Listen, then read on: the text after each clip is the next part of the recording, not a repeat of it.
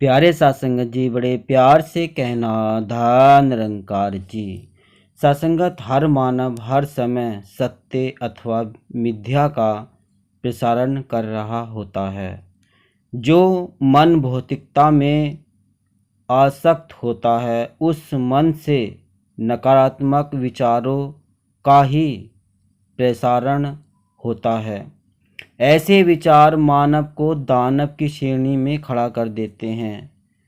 कम ही इंसान ऐसे होते हैं जो महात्मा बुद्ध और मीराबाई वाली मनोवृत्ति के होते हैं, जो माया की चकाचौंध से ऊब जाते हैं, सत्संगत और सत्य के संवाहक बन जाते हैं।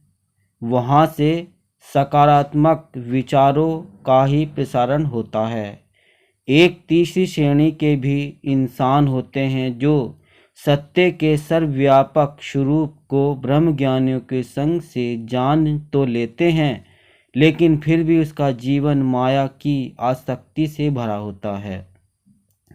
माया की अधीनता में व्यतीत होने वाला ऐसा जीवन अपने स्वभाव को छिपाकर प्रभाव दिखाता है और अपनी बोल वाणी वेशभूषा के द्वारा संतमति का ढोंग करता है, दिन रात छल कपट से भरा रहता है।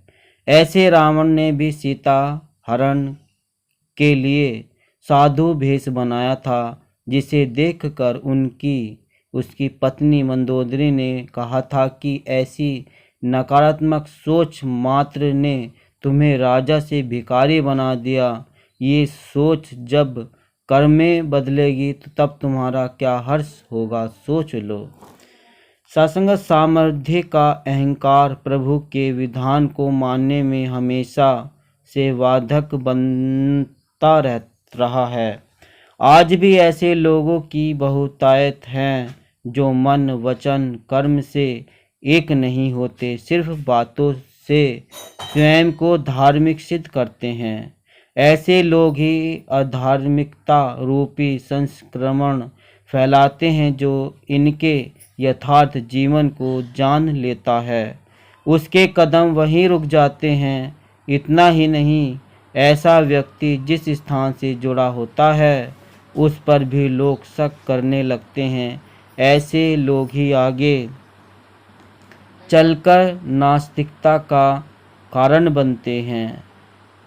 सत्संगत कुछ लोग ऐसे भी होते हैं जो परंपराओं से बंधे होते हैं, जैसे कि एक रीत चली आई है गुरु पीर पैगंबरों के प्रति श्रद्धा रखना, उन्हें मत्था टेकना, उनकी पूजा करना, लेकिन उनकी शिक्षाओं को नहीं मानना।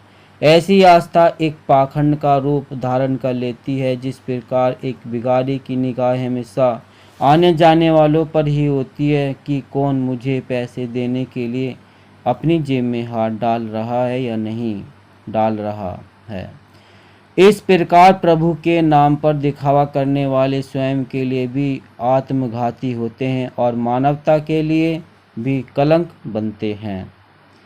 जिन संजनों पुरुषों पर सद्गुरु कृपा होती है वही भ्रमों से मुक्त होकर यथार्थ जीवन जीते हैं। उन्हें ही आध्यात्मिकता का बोध होता है। सद्गुरु की अपार शक्तियों पर भरोसा होना आवश्यक है। सद्गुरु स्वयं मानव मन में उठ रही शंकाओं का शमन करते हैं। भीमसेन को भी शंका हुई थी कि रावण के मुकाबले श्री राम के पास न कोई रथ है, न ही ऐसे साधन जिसने महारथी रावण को जीता जा सकेगा। ऐसी संख्याओं का निवारण भगवान श्री राम ने ये कहकर किया कि सौरज धीरज तेहि रथ चाका, सत्यशील दृढ़ ध्वजा पताका, बल विवेक दम परहित धोरे, क्षमा कृपा समता रजु जोर। सासंगत उपरोक्त गुण अगर जीवन में है तो विश्वास करो कि प्रभु जीवन में बसा है। ये गुण ही प्रभु के होने की कसौटी है। जहाँ ये गुण नहीं होते वहाँ प्रभु तो होता है, लेकिन वहाँ ये जीवन रूपी रथ नहीं चलता। वहाँ अहंकार ही जीवन चलाता है। अब हमें स्वयं ये फैसला करना है कि अहंकार को रथवान बनाना है या भगवान को। संत कबीर जी भी कह रहे हैं, कबीर मन तो एक है, भावे तहा लगाओ, भावे गुरु की भक्ति कर, भावे विषय कमाओ। सत्संगत ये था जीवन का यथार्थ, ऐसा यथार्थ।